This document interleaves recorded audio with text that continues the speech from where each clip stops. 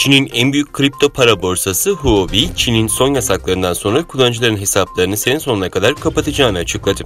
Cuma günü Çin Merkez Bankası'nın kripto paralarla ilgili tüm işlemlerin yasak olduğunu ve ülke dışından sunulan hizmetlerin de üzerine gidileceğini duyurmasının ardından Çinli kripto para borsaları bir piyasadan çekilmeye başladı. Kanada'nın Toronto kentiyle çevresinde yaşayan Uygur Türkleri satın aldıkları tarihi bir kiliseyi camiye çevirdi.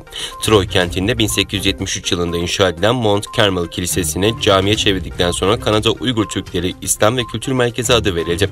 Törenle açılan caminin gönderine ise gök bayrak çekildi.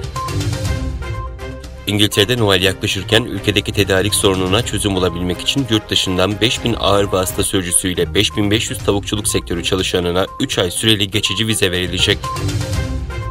Güney Kore, Kuzey Kore lideri Kim Jong-un'un kız kardeşinin Koreler arası yapıcı müzakereler olasılığı açıklamasını anlamlı olarak nitelendirdi. Güney Kore Birleşme Bakanlığı'ndan yapılan açıklamada Kuzey ve Güney Kore arasında sorunsuz ve istikrarlı bir iletişimin olmasının önemli olduğu belirtildi.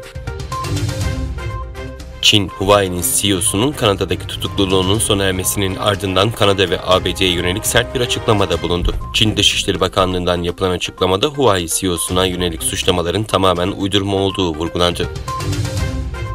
Afganistan'da geçici Taliban hükümetinin Dışişleri Bakanlığı Sözcüsü Abdülkahar Balki yaptığı açıklamada havalimanından yapılacak uçuşlar kapsamında tüm havayolu şirketleriyle işbirliği içerisinde hareket edeceklerini söyledi. Balki, Kabil Havalimanı'ndaki teknik aksaklıkların giderildiğinin altını çizerek daha önce uçuş yapan tüm havayolu şirketleri ve ülkelerin tekrar buraya uçuşlarına devam etmelerini beklediğini kaydetti.